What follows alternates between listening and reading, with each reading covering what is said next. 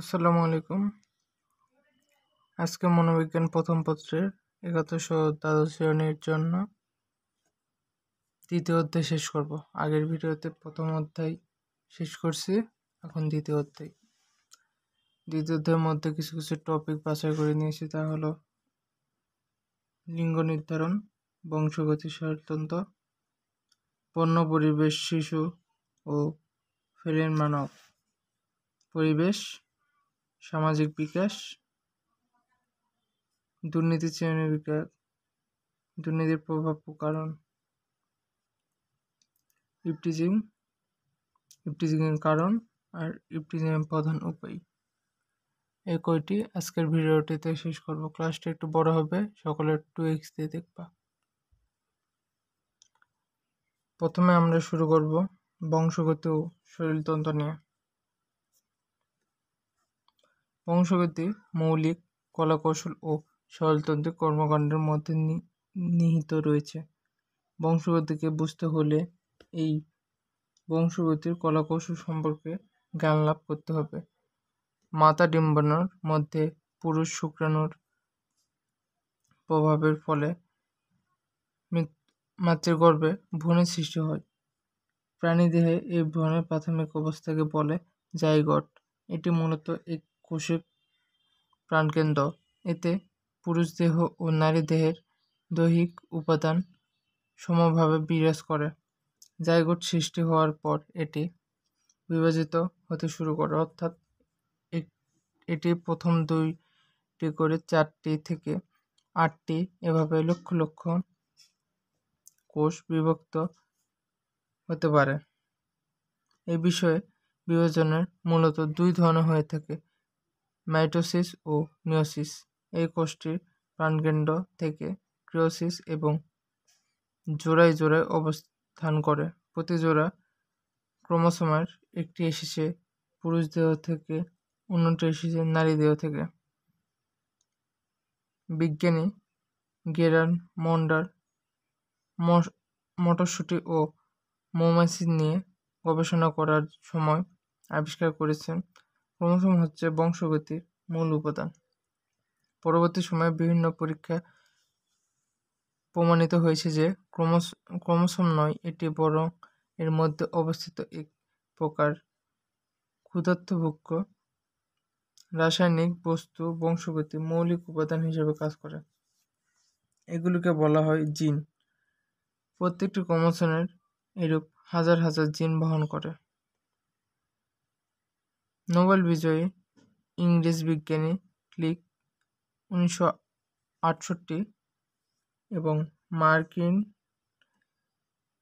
আণবিক জীববিজ্ঞানী ওয়াটসন 1976 সালে জিনের কার্যাবলী নিশ্চিত করেন। জীবকোষের জিনগুলো এক ধরনের শেকড় আকৃতির রাসায়নিক কাঠামো সৃষ্টি করে। এটি গড়ে 2 ফুট লম্বা হয়। এগুলো ডিঅক্সিরাইবোজ নিউক্লিক অ্যাসিড এবং রাইবো নিউক্লিক অ্যাসিড নামে পরিচিত। সুইজারল্যান্ডের বিজ্ঞানী মিউচার সাথে সর্বপ্রথম ডিএনএ আবিষ্কার করেন। ডিএনএ 4 ধরনের ক্ষারীয় রাসায়নিক উপাদানের মধ্যে জেনেটিক কোড তৈরি করে। এই জেনেটিক কোড বিভিন্ন জটিল বিন্যাসের মাধ্যমে সম্পন্ন হয়। বংশগতি বৈশিষ্ট্যের যথাযথ সঞ্চালন 4 প্রকার রাসায়নিক উপাদানগুলো হলো অ্যাডিনাইন, থাইমিন, গুয়ানিন ও সাইটোসিন। এটি ডিএনএর মধ্যে 4 ধরনের ক্ষারীয় উপাদান বিষয়বস্তু বিস্তার করে কার্য সম্পন্ন করে থাকে, যেমন এটি, যার অর্থ হলো অ্যাডমিন, টাইমিন, অথবা সিজিএ,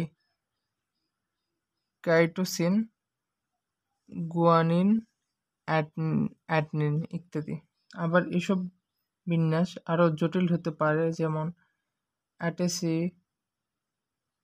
এডবলটি, সিজিএ, জিসি, AGGG এর অর্থ অ্যাড, গ্রা অ্যান্ড সিজ, এই রকম বিন্যাস। এটি মূলত উচ্চারণ পর্যায়ে একটি বিন্যাস বিষয়। এদেরকে বলে সেট, যা একটি বংশগতির বৈশিষ্ট্য সেটকে ধারণা করে থাকে। ডিসন 1938 এবং ডিএনএ প্রত্যেকটি অণু 1000 বিন্যাসের বস্তুগুলো কোড ধারণ করে। এটি পিতা ও মাতার নয়, বরং পুরুষের অনেক মনোদৈহিক বৈশিষ্ট্য ও বংশগত ধারণার প্রয়োজনীয় প্রজন্ম অনুষ্ঠিত করে। এজন্য জিন দুইটিকে কোষ সম্পদা করে থাকে। যথা, আমরা উদাহরণ দেখে নিই।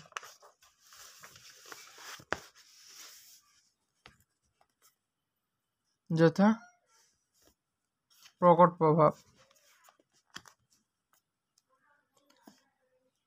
কোনো এক ব্যক্তি যদি কোনো একটি বিশেষ জিনের প্রভাব প্রকট অবস্থায় থাকে, তবে সেই ব্যক্তির দেহ ও মনে উক্ত জিনের বৈশিষ্ট্য প্রকাশ করে।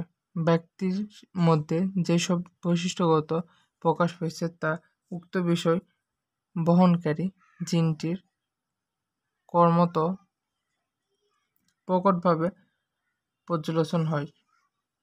সংক্রান্ত প্রভাব মধ্যে জিনের মধ্যে বৈশিষ্ট্য সম্পর্কিত হয়ে থাকে, ফলে জিনের সমগ্র বৈশিষ্ট্য সরাসরি প্রবেশ করতে পারে না, তবে এই শক্তি জিনের মধ্যে অবস্থান করে। এটি জিনের চাপ বলে এবং বৈশিষ্ট্যগত পরিবর্তন প্রকাশ করে এবং ফেনোটাইপ বলে। বংশগত দুই প্রকারের বংশ সম্পূর্ণ অনুষ্ঠিত হয়ে থাকে।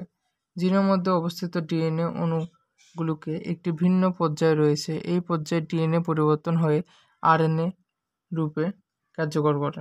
মূলত আরএনএর কাজ হচ্ছে ডিএনএর পরিপূরক ও সহযোগী হিসেবে কাজ করা।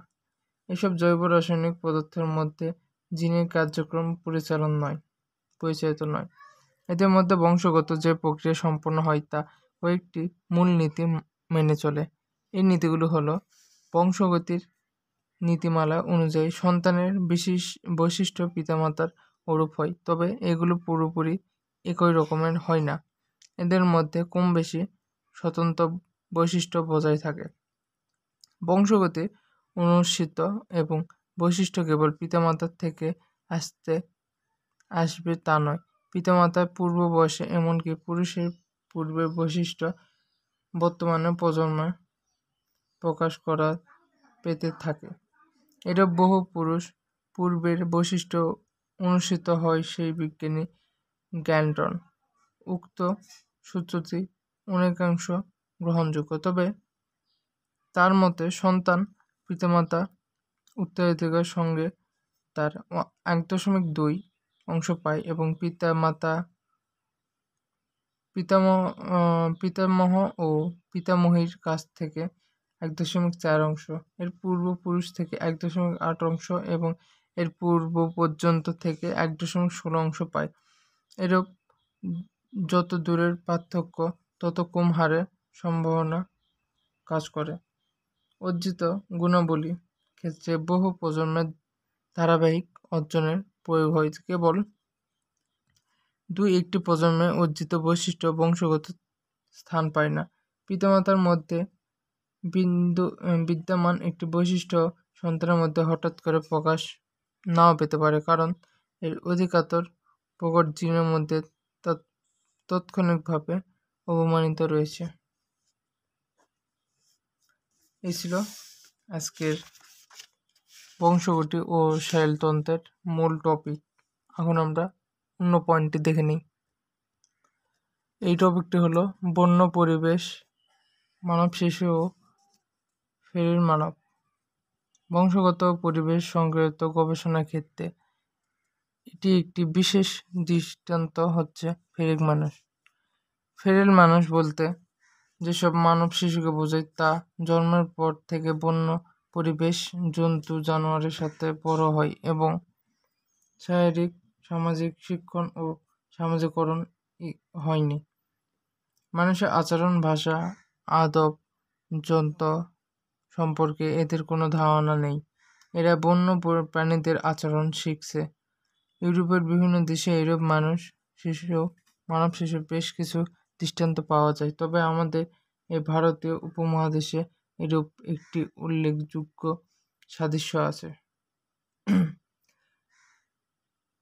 1930 সালে ভারতের গভীর অরণ্যে এক পাহাড়ের গুহায় ফেরেল মানবের সন্ধান পাওয়া যায়। ডক্টর সিং 1930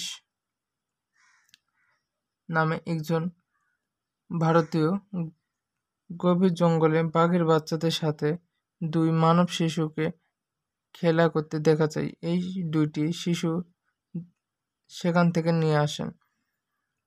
এই শিশু দুইটি বালিকা।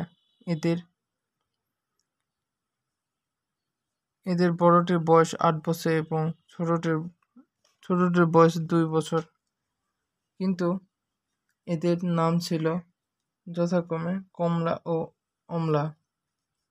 ডক্টর সিং তার স্ত্রী দুইটি বন্য মানব শিশুকে লালন পালন করতে থাকেন। ছোট মেয়েটি হঠাৎ অমলা কিছুদিন পর মারা যান, কিন্তু কমলা দীর্ঘ 17 বছর পর্যন্ত বেঁচে ছিলেন। ডক্টর সিং তার স্ত্রী দুইটি বন্য মানবকে মানবিক ও সামাজিক পরিবেশে বড় করার চেষ্টা করেছিলেন। তাতে এই প্রচেষ্টা কেবল প্রাণীব্যাপ্তির ছিল না, এবং তার পিছনে রয়েছে গবেষণা উদ্দেশ্য। ফলে মানব বিভিন্নভাবে তাদের মানসিক ও আচরণ বিকাশের গুরুত্বের সাথে লক্ষ্য করেন। পরবর্তী সময়ে বংশগতি ও পরিবেশ গবেষণার জন্য পর্যালোচন একটি মাইল ফলকে কাজ করা হয়েছিল,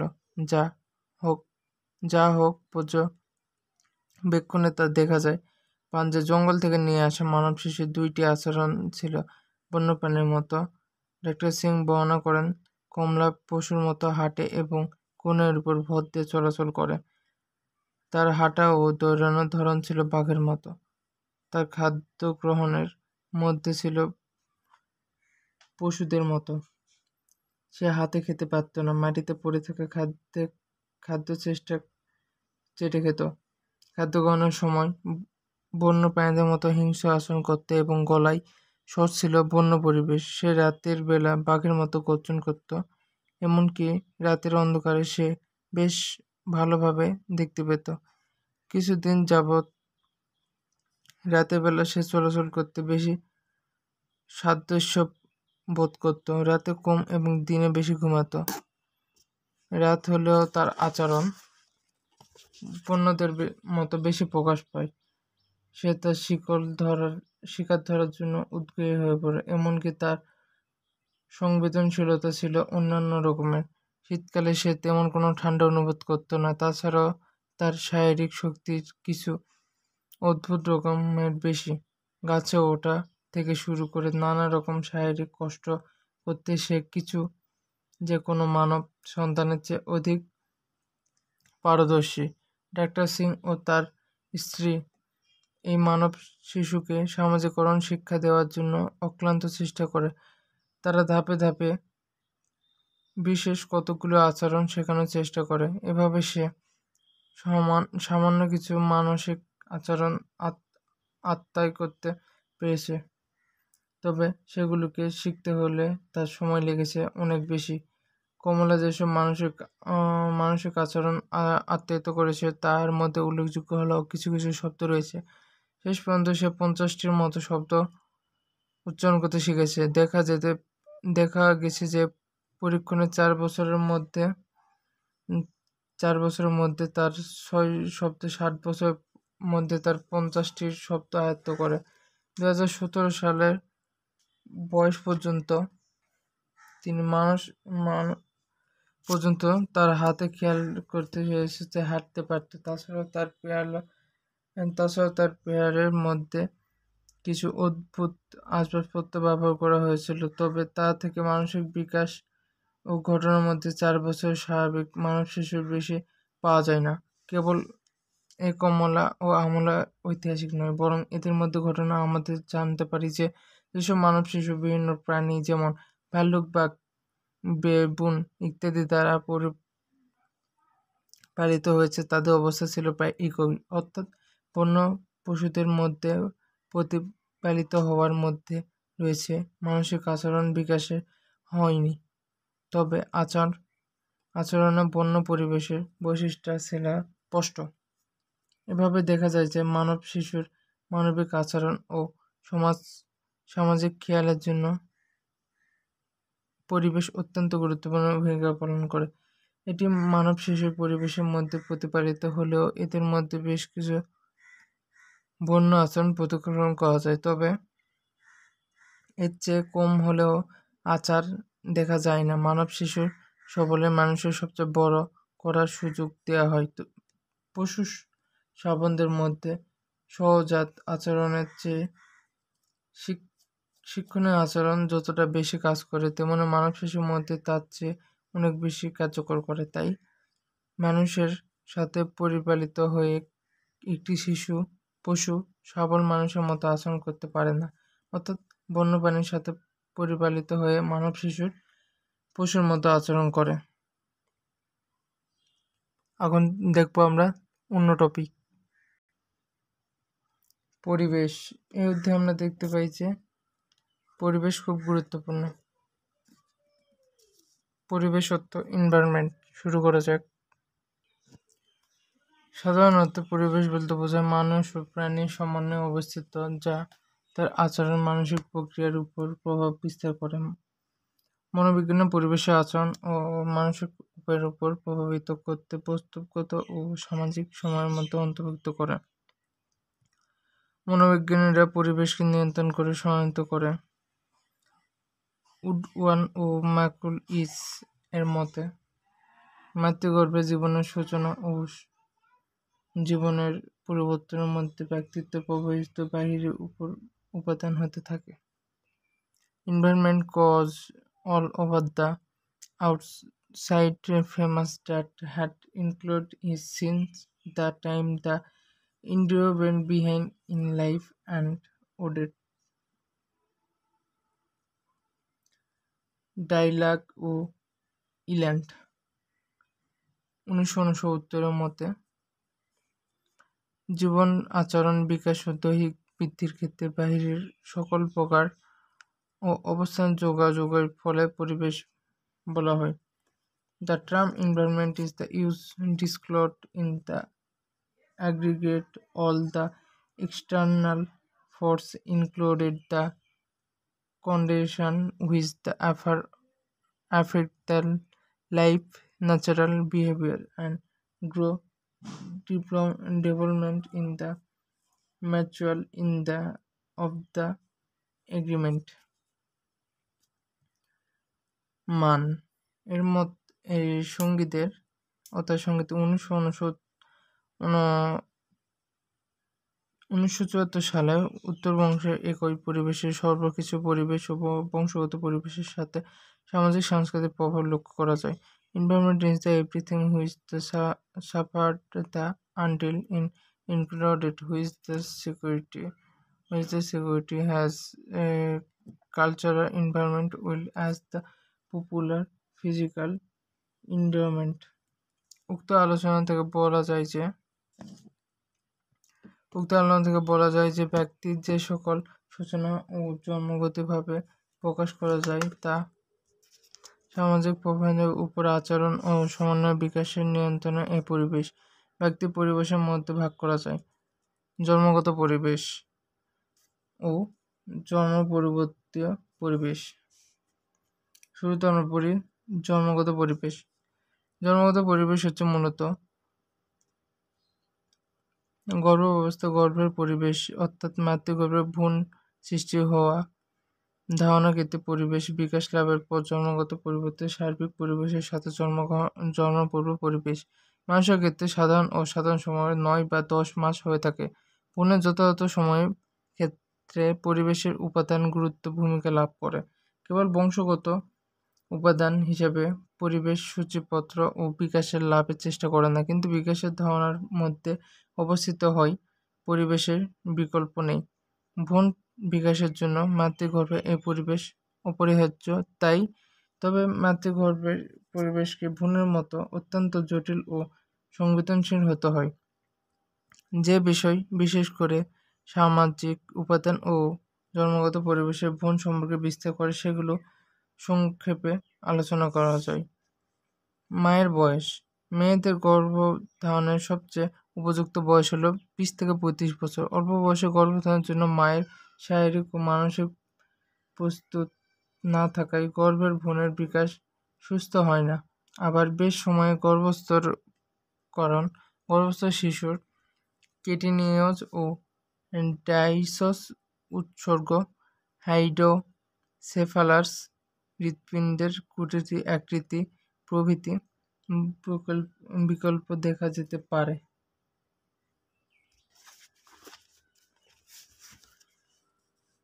মায়ের স্বাস্থ্য গর্ভস্থ ভূমির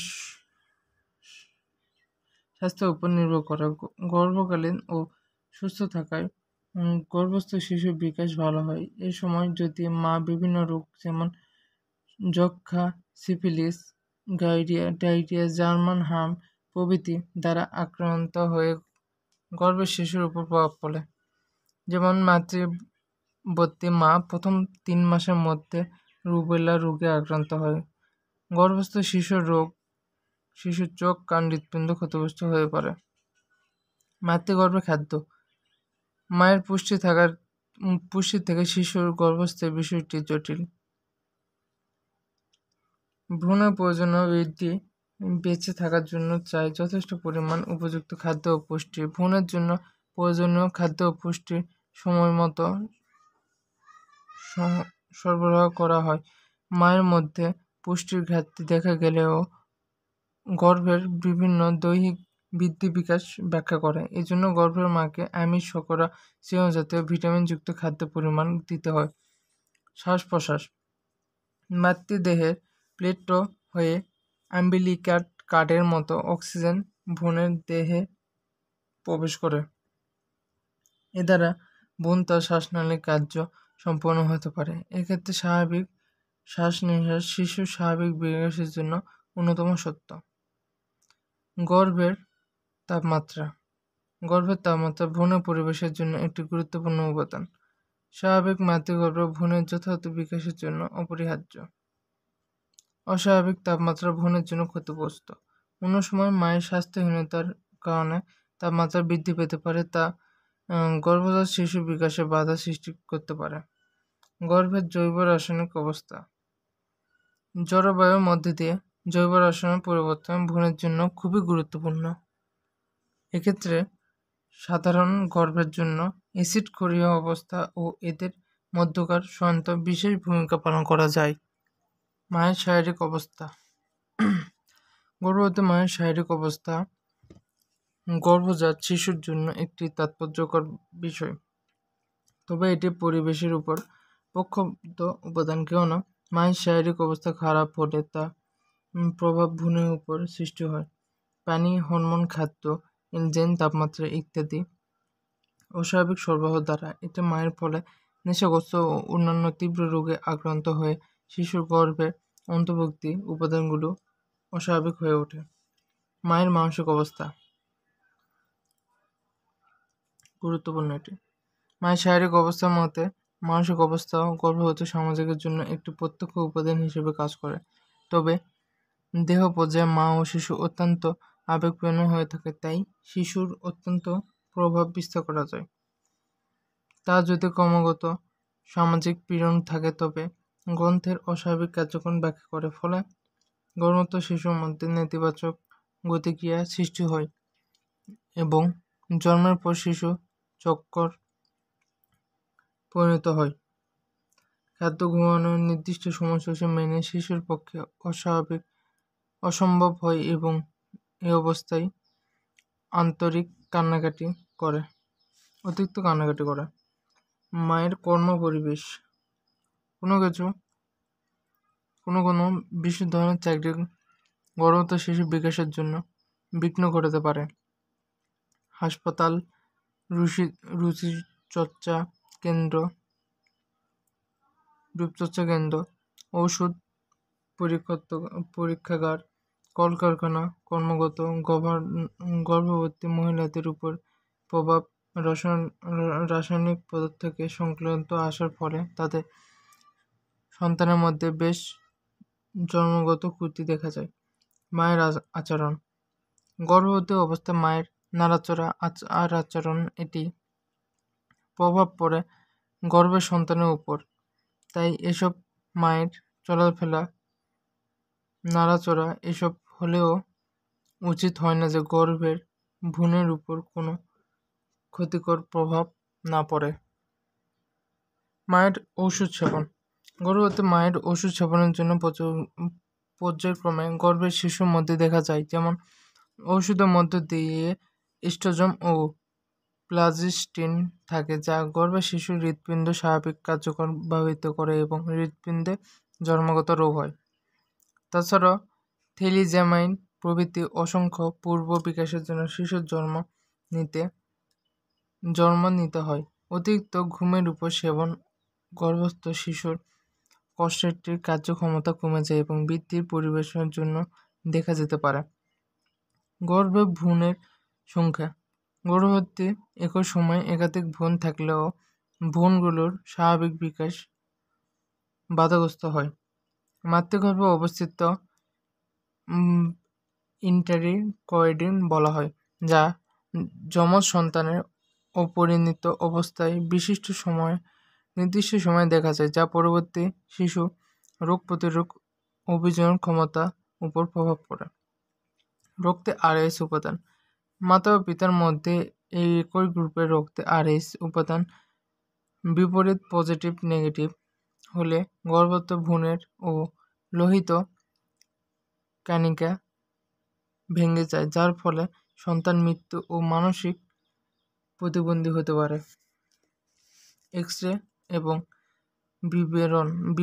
বিকিরণ। গর্ভকালীন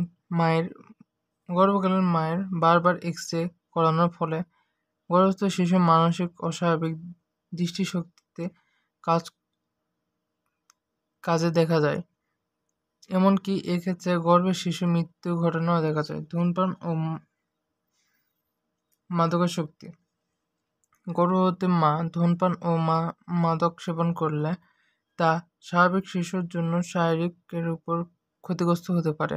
গবেষণা করে দেখা যায়, গাঁজা অথবা হেরোইন সেবনে অত্যন্ত মেয়েদের শিশুরা জন্মগ্রহণের 2 বছর পর্যন্ত অস্বাভাবিক আচরণ করে। গর্ভবতী মা ধূমপান করলে গর্ভের শিশুর হৃৎপিণ্ড ও রক্ত সঞ্চালিত প্রক্রিয়াসমূহ অন্যান্য অস্বাভাবিক শারীরিক কর্মকাণ্ড বিঘ্নিত হয়। মায়ের ধূমপান সন্তানের উচ্চারণের উপর প্রভাব ফেলে, উচ্চতার উপর প্রভাব ফেলে এবং পাশাপাশি সন্তানের অভিযোজন ক্ষমতার উপর প্রভাব ফেলে। জন্ম প্রক্রিয়ার পরিবেশ। মাতৃগর্ভে নির্ধারিত সময় কাটিয়ে অবশেষে মানব শিশুর জন্ম হয়। এই জন্মের সময় ঠিক তার পরিবেশে ভিন্ন হয়ে থাকে। আলাদা আলাদা পরিবেশে এসে শিশুর জন্ম হয়। এই জন্ম পরিবর্তন কাল ও শিশু পর্যন্ত জন্ম পরিবর্তন হয়ে থাকে। এই পরিবেশে আমরা 2 ভাগে বিভক্ত করে দেখতে পাই, যথা প্রাকৃতিক পরিবেশ। প্রাকৃতিক পরিবেশ বলতে পরিবেশের যে উপাদানগুলোকে বোঝায় সেগুলো প্রাকৃতিক দৃষ্টিকোণে প্রকৃতি নিয়ন্ত্রিত, যেমন রোদ, বৃষ্টি, তাপমাত্রা, কার্যকর জলবায়ু, বায়ুতন্ত্র। এই প্রকৃতির মধ্যে নবজাত পূর্ণ বংশগতি উপাদান বিশেষ গুরুত্ব লাভ করে থাকে। সে কারণে ভিন্ন ভিন্ন যেগুলো রয়েছে। ভৌগোলিক পরিবেশ মানুষের দৈহিক মানসিক তাপমাত্রা কৃষি অবস্থা ভিন্নতা করে। যেমন ইউরোপীয়দের শীত প্রধান অঞ্চলে বাস করায় তাদের অধিক তাপমাত্রা ঠান্ডা সহ্য করতে হয় এবং আরবীয়রা তা মরুভূমি থাকায় দীর্ঘ পথ পাড়ি দিয়ে সেটি অন্য অঞ্চলের লোকের জন্য কষ্টদায়ক হয়। সামাজিক পরিবেশ বলতে মানুষের যেসব উপাদান সম্বলিত প্রভাবকে বোঝায়। বহু সংখ্যক ব্যক্তি পরস্পরের থিওসিনের মধ্যে দৃষ্টি সাদৃশ্য। সমাজ হচ্ছে বহু সামাজিক ব্যক্তির পারস্পরিক ও দীর্ঘ জীবন থিয়েটারের রূপ। এটি একটি আচারকৃত আদান প্রদানের মধ্যে রোগের বিহীনকৃত উপর সৃষ্টি হয়। মানুষের উপাদানের মধ্যে অন্যতম প্রধান কাজ হল পরিবেশের গৃহ পরিবেশ ও বিদ্যালয়, সমাজ, রাষ্ট্র বন্ধু মহলের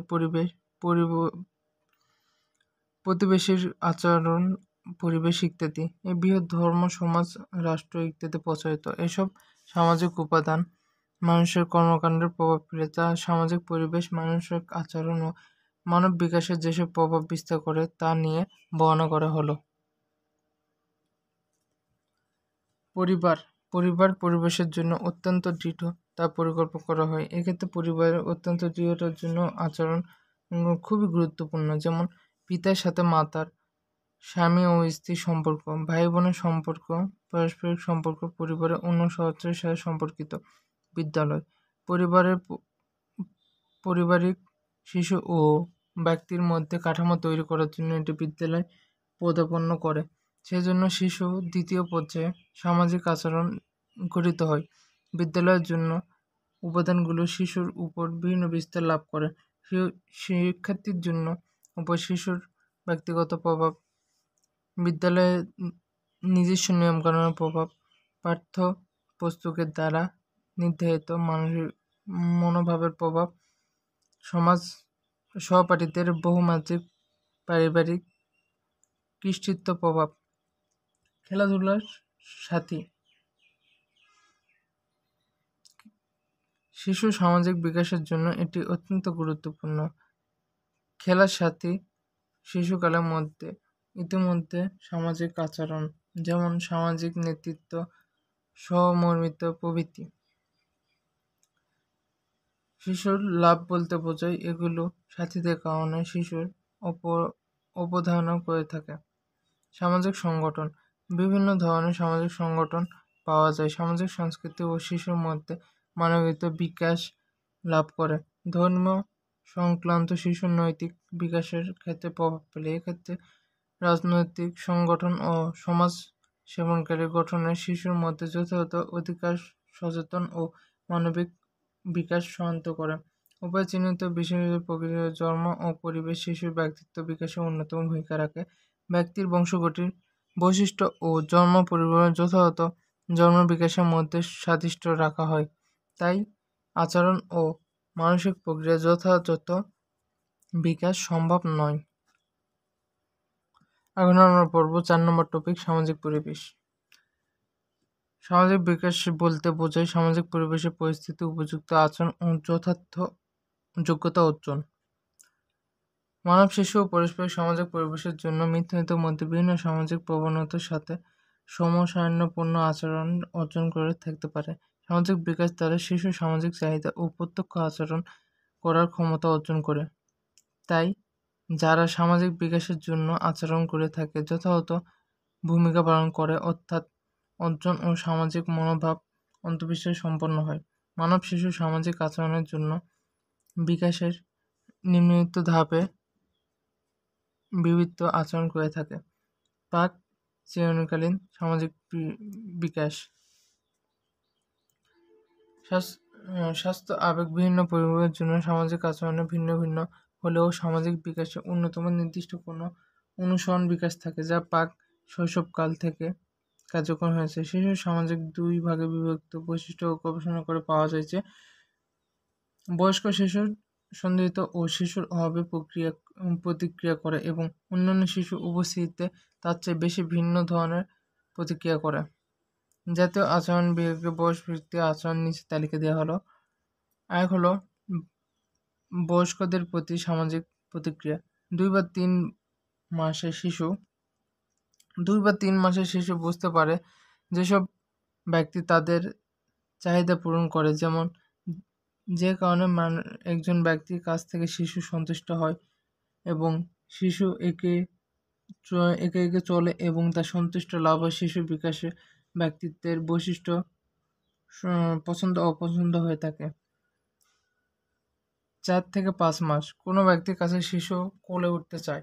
শিশুর বনিক্ত অবস্থায় ধমক দিয়ে প্রতিক্রিয়া বুঝতে পারে এবং তাদের দিকে তাকিয়ে কেউ হাসলে অন্য ধরনের প্রতিক্রিয়া করে। মধুর সুরে কথা বলে কথা বলে এবং রাগ করে কথা বললেও এরা ভিন্ন ভিন্ন প্রতিক্রিয়া করে। 6 থেকে 7 মাস শিশু পরিচিত জনদের মধ্যে বন্ধু হিসেবে যাকে গ্রহণ করা যায় তাকে দেখলে হাসে, কিন্তু অপরজনের তাকাতে ভয় পায়। অপরিচিত জন তাকে ভয় পায়। যেন শিশু অবস্থায় মাতৃগৃহের ব্যক্তিত্বের ভালোবাসতে শিখে 8 বা 9 মাস। এ বয়সে অন্যান্য কথা, অঙ্গিভঙ্গি, সহজে কর্মকাণ্ডে শিশু অনুসরণ করে। 12 মাস। এই সময় শিশুর সময়ে নানা সতর্কবার্তা উচ্চারণ ও ভীষণ রেগে যায়। 16 থেকে 18 মাস। শিশু এ বয়সে ব্যক্তি অনুসরণ অথবা আদেশের বিরুদ্ধে পরিস্থিতিকে এগিয়ে অথবা রোগের বহিঃপ্রকাশ করে, তারা প্রতিক্রিয়া বিকল্প মনোভাব হয়ে থাকে। 22 থেকে 24 মাস। এ সময়ে শিশু পোশাক, খাওয়া, গোসল ইত্যাদি পর্যায়ক্রমে সাথে সহযোগিতা করে। অন্যান্য শিশু আচরণ 4 থেকে 5 মাস। এটি শিশুর মধ্যে শিশু পরিস্থিতি লাফালাফি, লাথি মেরে, হেসে অথবা মুখে বুড়বুড়ি উঠছে এরূপ শিশুর সাদৃশ্য দেখা যায়। 6 থেকে 7 মাস। এই শিশু কাঁদতে থাকলে অন্য শিশু হেসে তা প্রতি গ্রহণ দেখায়। নৈতিক ও অনৈতিক আচরণ। মানুষের আচরণের নৈতিক ও অনৈতিক আচরণের মধ্যে হিসেবে যে বিভক্ত করা হয় তার মধ্যে ব্যক্তি, পরিবেশ, সমাজ, জাতি, বৈশিষ্ট্য, কারণ, ব্যক্তি, অত্যন্ত কারণ উল্লেখযোগ্য, যেমন দুর্নীতি, শোষণ ও মানবাধিকার লঙ্ঘন। দুর্নীতি। ব্যক্তি ও গোষ্ঠী এরূপ বৈষম্য সাদৃশ্যে তা এরূপ ব্যক্তিত্ব দেখা যায়, যেমন ঘুষ, সভাপতি কাজে দুর্নীতি। রাজনৈতিক, সরকারি, বেসরকারি বিভিন্ন প্রতিক্রিয়ার মধ্যে ব্যক্তি স্বার্থ লাভের জন্য কাজ করে দায়িত্ব অবহেলা করে। এরূপ ঘোষ প্রবণতা ভয়ের জন্য তার প্রবল খাটায় এবং ব্যক্তির বৈশিষ্ট্যের মধ্যে সুযোগ সুবিধার মধ্যে প্রচারণার ক্ষমতা আবিষ্কার ও এর অর্জনের মধ্যে দেখা যায়। অবৈধ সুযোগ সুবিধা লাভের জন্য কোনো ব্যক্তি সুনির্দিষ্ট দায়িত্ব পালনে ইচ্ছাকৃত ও অবহেলিত দুর্নীতি। দুর্নীতির সাথে যুক্ত হয়ে পেশা, ক্ষমতা প্রভৃতির স্বার্থে নগদ অর্থে বাস্তবায়ন ও দুর্নীতি কাউকে ক্ষতিগ্রস্ত ও আচরণের সাথে করা কৌশল আদান ও কাজের প্রবৃত্তির থেকে বিরুদ্ধ হয়ে থাকে। দুর্নীতির শ্রেণীবিন্যাস। দুর্নীতির প্রকারভেদের মধ্যে 2টি কারণ সাদৃশ্য রয়েছে। তার মধ্যে রয়েছে সামাজিক পরিবর্তন ও দ্বিতীয় কারণ হলো আচার-আচরণ। এসব কারণে দুর্নীতির যে কোনো 2টি ব্যবধান রয়েছে। তার মধ্যে শিক্ষণ ও রাজনীতি বেশি রয়েছে। প্রথমত, রাষ্ট্র উচ্চ সামাজিক অনুষ্ঠানের সিদ্ধান্ত গ্রহণ। দ্বিতীয়ত, রাষ্ট্র প্রশাসন, বিধিবিধান ও রাষ্ট্রীয় অর্থনৈতিক খাত সেবার জন্য ক্ষেত্রে 2 ধরনের দল গঠিত হয়: অবৈধ ভূমি রেকর্ড সংক্রান্ত গ্রেপ্তারি পরোয়ান এগিয়ে চলা, পাসপোর্ট ইস্যু করা, হাসপাতালে ভর্তি করা, ড্রাইভিং লাইসেন্স ইস্যু ইত্যাদি। তৃতীয়ত, অর্থনৈতিক ক্ষেত্রে লেনদেনের মাধ্যমে অবৈধ সিদ্ধান্ত গ্রহণ করা। এর মধ্যে দুর্নীতি ডিটারমিনেন্ট কস্ট, ইনকাম ফিল্ড ও ট্রান্সফারেশন বলা হয়। চতুর্থত, আইনগত ব্যবধান ও সম্পর্কিত আইনগত অর্থে নির্দিষ্ট আমলনামা করা হয়। আমদানির ক্ষেত্রে মিথ্যা ও আইনগত রূপই হল পর্যবেক্ষণ। এ ছিল মনোবিজ্ঞানের দ্বিতীয় অধ্যায়ের 1 থেকে 5 পর্যন্ত টপিক। সকলে অবশ্যই দেখবে 2 weeks দিয়ে। আবার আগের ভিডিওতে 1, 2, 3 অধ্যায় শেষ করছি, ওগুলো ভিডিও দেখে নেবে। ভালো থাকবে। আবার দেখা হবে অন্য কোনো ভিডিওতে। আল্লাহ হাফেজ। চ্যানেল সাবস্ক্রাইব না করে সাবস্ক্রাইব করে দিও।